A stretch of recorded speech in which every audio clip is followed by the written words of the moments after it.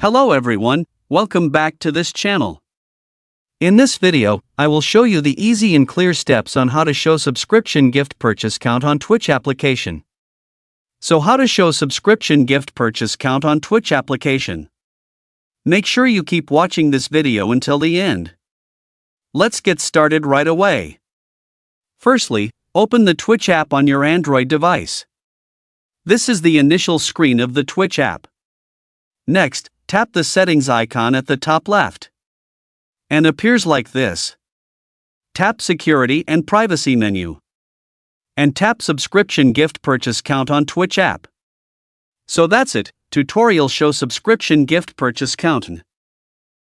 Thank you for watching. I hope this video was helpful. See you in the next video.